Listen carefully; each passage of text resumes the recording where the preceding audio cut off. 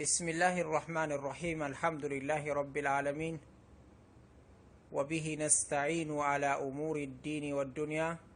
وصلى الله وسلم وبارك على نبينا محمد وآله وصحبه أجمعين أما بعد لا تكبراتشو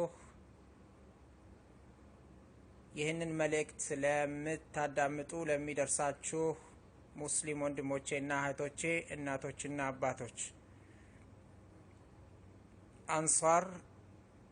የየቲሞች እና የችግረኞች መርጃ ድርጅት ወይንም ማዕከል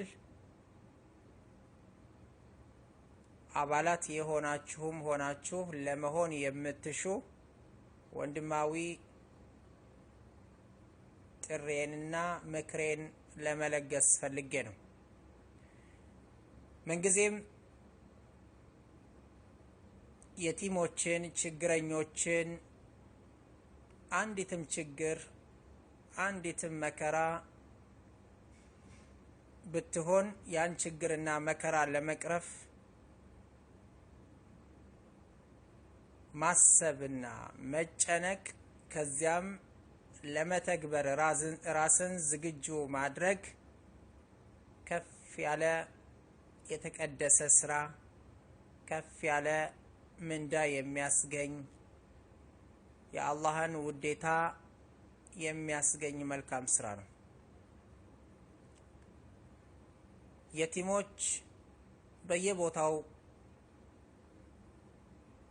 እንደ ጉድ እናገኛቸዋለን። በአሁን ሰዓት በአገራችን እንኳን ብንመለከት ፕሮቴስታንቶች፣ ጴንጤዎች የቲሞችን ነው የቲምነታቸውን ተገን አድርገው ልብስ እናለብሳችኋለን፣ ጫማ፣ ትምህርት ቤት፣ ሕክምና፣ መጠለያ እያሉ